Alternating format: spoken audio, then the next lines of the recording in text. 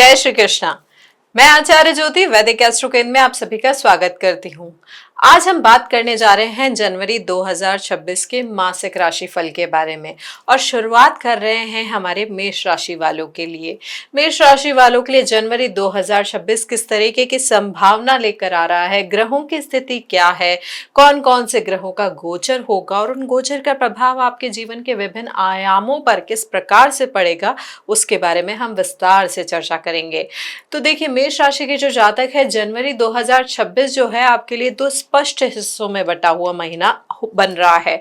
यहाँ पर शुरुआत थोड़ी तनावपूर्ण हो सकती है, उलझी हुई हो सकती है, भावनात्मक और निर्णयहीन दिखाई दे सकती है, क्योंकि देखिए यहाँ पर आपके लग्नेश मंगल जो है वो अस्त हैं, शुक्र देव अस्त हैं और जो चार महत्वपूर्ण ग्रह हैं, मतलब आपके लग्नेश के साथ शुक्र ग्रह और सूर्य देव और बुध ग्रह जो है पूर्वा आषाढ़ा नक्षत्र में एक साथ बैठे हैं आपके नवम भाव में।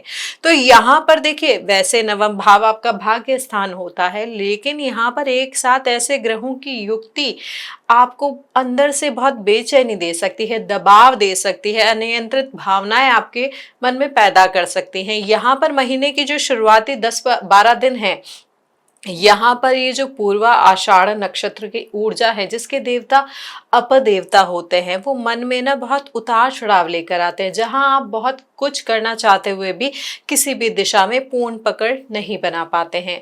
इसी प्रभाव में गुरु मिथुन में वक्री होकर आपके संचार, आपका कम्युनिकेशन, आपके डिसीजन, आपके रिश्तों से जुड़ी बातों को दोबारा समीक्षा करने का संकेत देता है।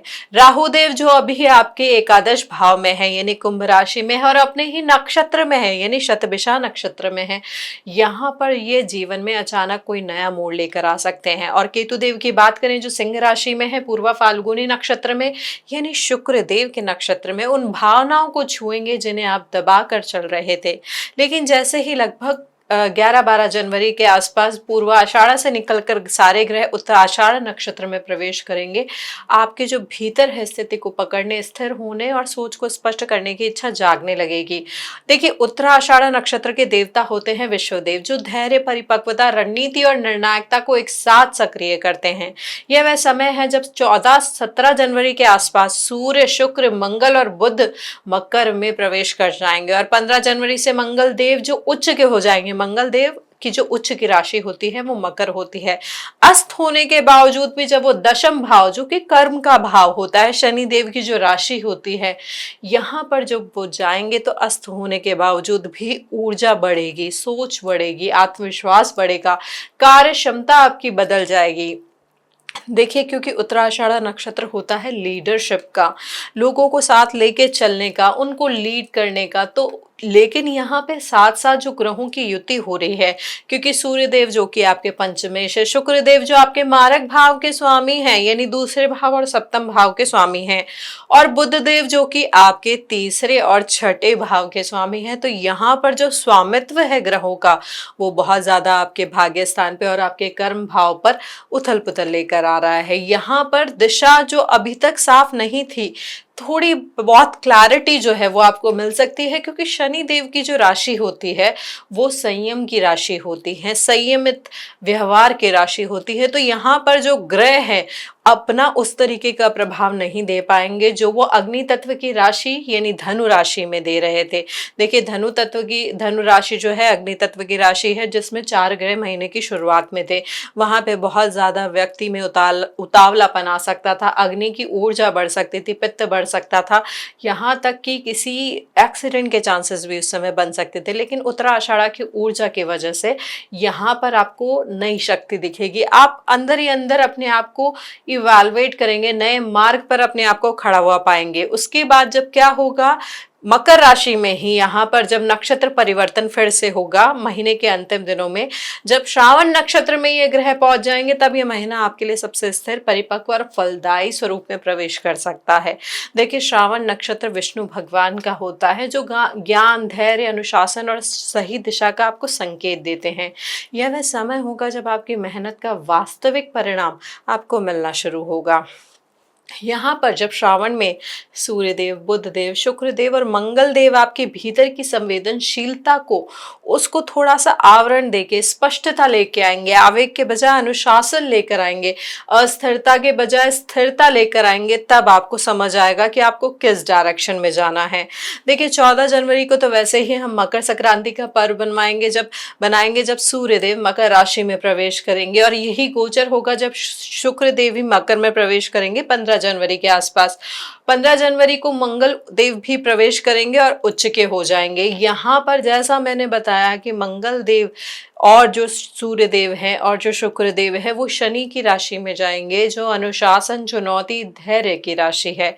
यहाँ पर जो ग्रहों का प्रभाव रहेगा समग्र रूप से शनि देव के डायरेक्शन के थ्रू होगा। तो यहाँ पर देखिए अभी भी, क्योंकि ग्रहों की 4 ग्रहों की युति आसान नहीं होती है, व्यक्ति को ये कई बार जो उनके मॉरल्स होते हैं, जो उनकी लॉयल्टी होती है, उससे भी वो भटका सकती है, यानी आपके मॉरल लूज हो सकते हैं इस समय।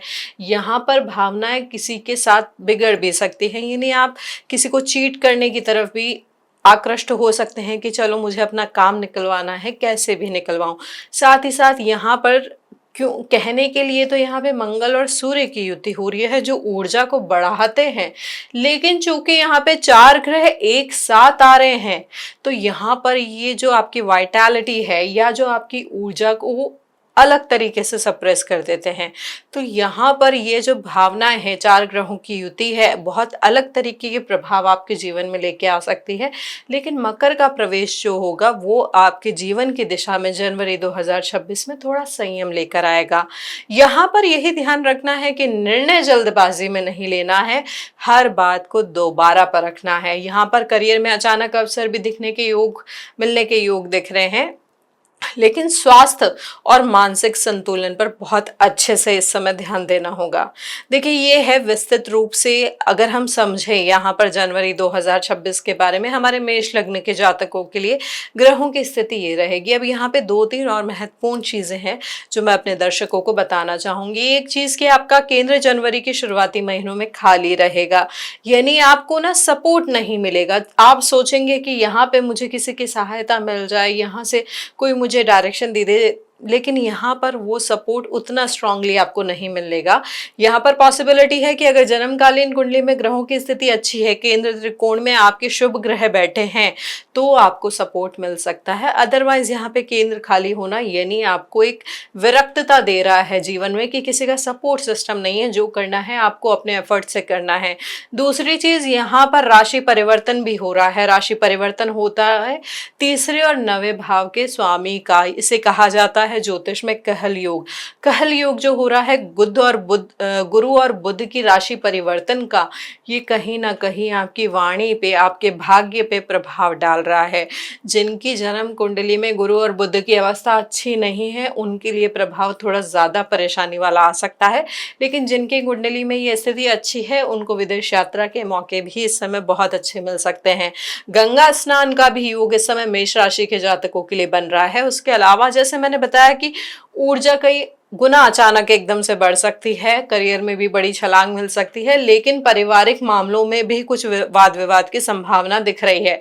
यहाँ पर प्रेम संबंधों में पैशन भी बढ़ेगा तो इम्पेशंस भी कहीं ना कहीं आप हो जाएंगे। तो यहाँ पर इन चीजों को थोड़ा सा ध्यान रखने की जरूरत है। यहाँ पर आप हो सकता है मेष राशि के जो जातक है जनवरी के महीने में राइटिंग या ऑथरशिप की तरफ भी आकृष्ट हो, क्योंकि देखिए तीसरे और 9वें भाव का यहाँ पर राशि परिवर्तन हो रहा है, तो कहीं ना कहीं आपको इंक्लाइनेशन आएगा कि मुझे राइटिंग करनी चाहिए या हायर एजुकेशन में जाना चाहिए। तो इस तरीके की जो स्थिति है जनवरी 2026 में मेष राशि के जातकों के लिए बन रही है। देखिए ये जैसे मैंने बताया कि ग्रहों की गोचर के बारे में हम विवेचना करते हैं हर बार शुरुआत में। अभी हमने ग्रहों की स्थिति समझी है, अब उन ग्रहों की स्थिति के आधार पर हम आपके जीवन के विभिन्न आयामों पे पड़ने वाले परिणाम परिणाम की चर्चा करेंगे। उससे पहले मैं अपने सभी दर्शकों से अनुरोध करूंगी कि हमारे इस वीडियो के अंत तक बने रहें और समझें कि मेष राशि वालों के लिए क्या स्थिति बन रही है।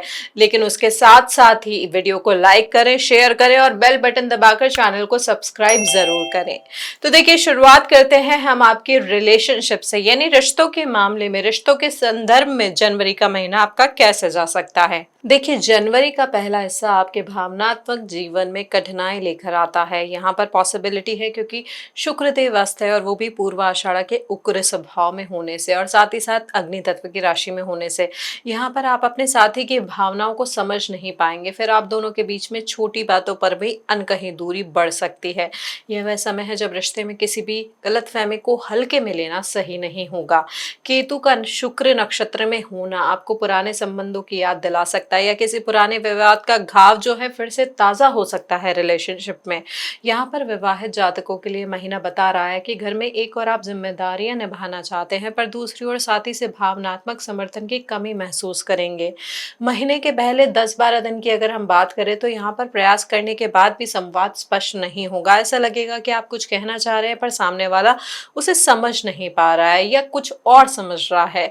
लेकिन जब 15 के बाद मंगल देव की स्थिति बदलेगी, वो उच्च के हो जाएंगे, तो आपका जो टोन है बात करने का, आपका व्यवहार, संवाद और रिश्तों में जो आपकी पकड़ है वो मजबूत होगी। आप और आपके साथी एक ही पेज पर आने लगेंगे। अविवाहित जातकों के लिए 14 जनवरी के बाद नए संबंध की संभावना भी दिख रही है। परिवार में पिता के स्वास्थ्य या मानसिक स्थिति पर थोड़ा सा ध्यान देने की जरूरत होगी क्योंकि सूर्य का मकर में गोचर पिता से संवाद में दूरी दिखा रहा है। साथ ही साथ यहाँ पर जो ग्रहों की युति है उनके स्वास्थ्य को लेकर भी थोड़ी समस्या दिखा रही है। यहाँ पे स्थिति घर में भी जो है जिम्मेदारियां आपके ऊपर बढ़ जाएगी और जीवन साथी को भी आपकी ओर से अधिक स्थिरता की आवश्यकता होगी। तो यहाँ पर आपको संयमित रह के व्यवहार को तुलनात्मक रूप से, जैसे पेशेंस जो चाहिए होता है, यहाँ पर मेष लग्न के जातकों के लिए जनवरी 2026 में बहुत महत्वपूर्ण होगा। चाहे हम आपके पारिवारिक रिश्तों की बात करें, आपके वैवाहिक रिश्तों की बात करें या जो लोग रिलेशनशिप में हैं उन लोगों के लिए बात करें, यहाँ पर आपका व्यवहार और वाणी बहुत महत्वपूर्ण स्थान रखेगा। तो यहाँ पर इन चीज़ों का आपको थोड़ा सा ध्यान लेके चलना होगा। करियर के लिहाज से बात करें तो करियर का क्षेत्र जनवरी में सबसे महत्वपूर्ण बदलाव लेकर आ रहा है। महीने की शुरुआत में मंगल देव की जो स्थिति है वो कार्य क्षमता को थोड़ा सा कमजोर कर सकती है। आप अपने काम में बहुत कुछ करना चाहते हैं पर लगातार यहाँ पर थकान बढ़ेगी। अव्यवस्थित सोच रहेगी, जिम्मेदारियों में थोड़ा दबाव ज्यादा महसूस होगा। बॉस के साथ भी पहले 10 दिनों में तालमेल जो है थोड़ा कमजोर रह सकता है। किसी मीटिंग या महत्वपूर्ण कार्य में शब्द की चयन या वाणी से गलतफहमी पैदा हो सकती है, बढ़ सकती है, लेकिन ये स्थिति स्थायी नहीं होगी। 15 जनवरी के बाद मंगल का उच्च का होना, यहाँ पे हमारे बृहद पारश और होरा शास्त्र में कहा गया है कि कर्म क्षेत्र में जबरदस्त प्रगति का संकेत देता है। आप अचानक से अपने काम पर नियंत्रण, निर्णय पर पकड़ और आत्मविश्वास महसूस करेंगे। जो काम महीनों से नहीं चल रहा था वह भी आप ऊर्जा के साथ पूरा कर पाएंगे। नौकरी वाले जो जातक है, प्रमोशन, नई जिम्मेदारी या विभाग परिवर्तन के संकेत पा सकते हैं। इस समय सूर्य का मकर में जाना अथॉरिटी को बढ़ाता है और ये भी दर्शाता है कि आप वरिष्ठों के बीच अपनी पहचान को मजबूत कर पाएंगे और कार्यस्थल पर आपकी शक्ति भी बढ़ पाएगी। हमारे जो व्यवसायी जातक है उनकी अगर मैं बात करूं तो राहु का अपने ही नक्षत्र शतभिषा में होना बड़ी डील, बड़ी मीटिंग या बड़ी साझेदारी का संकेत दे रहा है, लेकिन साथ ही ये सावधानी भी दे रहा है कि जूनियर या पार्टनर के गलत निर्णय से समस्या उत्पन्न हो सकती है। अस्त गुरु की वजह से यहाँ पर ये पॉसिबिलिटी है जो आपके फीमेल क्लाइंट्स है या जो फीमेल एम्प्लॉयज है या जो इन्वॉल्व हैं किसी लग्जरी आइटम में या किसी क्रिएटिव एरिया में जिनका बिजनेस है, उनको शुरुआती समस्याएं आ सकती है। यहाँ पर 20 जनवरी के बाद स्थिति आपके लिए इंप्रूव होगी। अब देखिए, स्वास्थ्य के लिहाज से हम बात करें तो जनवरी का पहला चरण आपके शरीर और मन दोनों को कमजोर बना सकता है। यहाँ पे मंगल देव अस्त होने की वजह से सिर, आंखें, रक्तचाप, माइग्रेन या रक्त संबंधित परेशानियां सामने आ सकती है। आप चाहकर भी इस समय रूटीन नहीं बना पाएंगे और रूटीन नहीं बना पाएंगे और उसमें ढील रहेगी तो समस्याएं थोड़ी और बढ़ती जाएगी। यहाँ पर बेचैन भी कहीं ना कहीं आपके मन में थोड़ी ज्यादा बढ़ सकती है। यहाँ पर क्योंकि शुक्र देव भी अस्त है तो यहाँ पे हार्मोनल रिलेटेड प्रॉब्लम भी हो सकती है। लेकिन 15 जनवरी के बाद मंगल देव यानी आपके लग्नेश की उच्च हो जाने के बाद शरीर में थोड़ी सी इंप्रूवमेंट होगा। यहाँ पर थोड़ी मानसिक स्पष्टता आएगी। आप यहाँ पे एक्सरसाइज शुरू करने का प्रयास करेंगे तो जो बैलेंस अप्रोच है वो कहीं ना कहीं आपको स्वास्थ्य लाभ देने के लिए इम्प्रूवमेंट दिखेगा। आपको यहाँ पर स्वास्थ्य लाभ मिलने की और आत्मविश्वास बढ़ने की संभावना दिख रही है। लेकिन फिर भी हमारे जो मेष लग्न के जातक है इस महीने ध्यान रखें कि अगर फीमेल है तो रिप्रोडक्टिव सिस्टम रिलेटेड कुछ समस्या इस समय आ सकती है। सर्जरी के योग भी बन सकते हैं जिनको कोई समस्या पुरानी रही है। उसके अलावा जो हमारे मेल जातक हैं मेष लग्न के या मेष राशि के, उनके लिए यहाँ पर बीपी फ्लक्चुएशन या हार्ट रिलेटेड प्रॉब्लम आ सकती है। उसके साथ साथ क्या होगा, यहाँ पर कान से जुड़ी हुई कुछ समस्या भी आ सकती है। महीने के अंत में इन्फेक्शन हो सकता है, ईयर इन्फेक्शन बढ़ सकता है। तो इन चीज़ों का आपको इस महीने जनवरी 2026 में ध्यान रखना होगा। अब मैं वेल्थ के हिसाब से यानी धन संबंधी मामलों की बात करूँ, चाहे वो प्रॉपर्टी या इनकम या एक्सपेंस की बात करूँ, तो धन के मामले में यह महीना आपको लगातार सोचने, योजना बनाने और संयम रखने की सलाह देता है। शुक्र देव देखिए अस्त है तो कहीं ना कहीं खर्चे अनावश्यक बढ़ेंगे। परिवार के किसी सदस्य पर अचानक खर्चा बढ़ सकता है। लग्जरी वस्तुओं पर अनियंत्रित खर्चा आपका बढ़ सकता है। साथ ही साथ क्योंकि राहु यहाँ शतभिषा में आपके 11वें भाव में है तो यहाँ पर शेयर बाजार और ट्रेडिंग के लिए भी इस समय अप्रत्याशित लाभ और अचानक हानि दोनों को दर्शा रहा है। आप ये मैटर करेगा कि जन्मकालीन कुंडली में आपके ग्रहों की स्थिति क्या है, तो वो डिसाइड करेंगे फाइनली कि आपको लाभ मिलेगा कि हानि होगी। तो यहाँ पर जो भी इन्वेस्टमेंट कर रहे हैं वो सोच समझ के करें, क्योंकि यहाँ पर होगा क्या कि जो निर्णय आपको सेफ लग रहे हैं वो हो सकता है आपको नुकसान करा दे, और जो बहुत डरावने लग रहे हैं वो हो सकता है फायदा करा दे। यहाँ पर शांति और स्थिरता से कार्य करना बहुत महत्वपूर्ण होगा। 20 जनवरी के बाद भूमि, वाहन, संपत्ति और घर से जुड़ी चीजों के लिए समय अत्यंत शुभ रहेगा। यदि आप घर खरीदने, बेचने या किराए पर देने की सोच रहे हैं तो यह महीना आपको सकारात्मक परिणाम दे सकता है। गुरु वक्री होने की वजह से पुराने रुके हुए पैसे, कहीं अटकी हुई राशि, किसी पुराने क्लाइंट का भुगतान भी इस समय वापस आ सकता है। तो ये संभावना है वेल्थ के सेक्टर में हमारे मेष लग्न के जातकों के लिए। अब मैं बात करूं अगर आपके फॉरेन ट्रैवल की यानी विदेश यात्रा के संबंध में योग कैसा बन रहा है, तो देखिए शनि देव आपके द्वादश भाव में बैठे हैं जो विदेश यात्रा का भाव होता है। तो यहाँ पर स्थिति क्या है, देखिए विदेश, नौकरी, वीजा प्रक्रिया, ये यात्रा से जुड़े कार्यों में गति तो दिख रही है, लेकिन शनिदेव का वहां होना कहीं ना कहीं किसी तरह का डिले भी दिखा रहा है। यह वह समय है जब यात्रा की योजना बनेगी, दस्तावेज तैयार होंगे, इंटरव्यू होंगे, लेकिन अंतिम निर्णायक परिणाम आपको फरवरी मार्च में अधिक दिखेगा। यहाँ पर क्योंकि जो स्थिति है ग्रहों की, अप्रत्याशित यात्रा भी करा सकती है, यानी सडन ट्रैवल प्लान भी इस समय बन सकते हैं, कभी ऑफिस वर्क की वजह से, कभी किसी मेडिकल रीजन की वजह से। हालांकि विदेश से जुड़ा स्थायी निर्णय लेने से पहले गुरु के मार्गी होने का इंतजार करना थोड़ा ज्यादा लाभदायक होगा। अब हमारे मेष लग्न के विद्यार्थियों के लिए मैं बात करूं तो जनवरी आपके लिए 2 हिस्सों में बटा है। शुरुआती 2 हफ्तों में बुध धनु में है और गुरु वक्री होने से पढ़ाई में थोड़ा सा ध्यान भटक सकता है। पुराने विषय या रिवीजन में थोड़ी समस्या आ सकती है, मन परेशान हो सकता है, मेंटल प्रेशर थोड़ा बढ़ सकता है, मानसिक तनाव जो है, थकान जो है वो थोड़ी ज्यादा महसूस हो सकती है। लेकिन 17 जनवरी के बाद आपकी पढ़ाई की गति बढ़ेगी। प्रतियोगी परीक्षाओं की तैयारी कर रहे जातकों के लिए भी महीना बहुत अच्छा साबित हो सकता है, क्योंकि उच्च के मंगल होके आपको वो फोकस देंगे, मेहनत देंगे, स्टेमिना देंगे, धैर्य और मानसिक शक्ति देंगे जो परीक्षा की तैयारी में आपको हेल्प करेगी। यहाँ पर 20 जनवरी के बाद कोई महत्वपूर्ण परीक्षा, इंटरव्यू, डॉक्यूमेंटेशन या ज्वाइनिंग संबंधित शुभ कार्य की संभावना भी दिख रही है।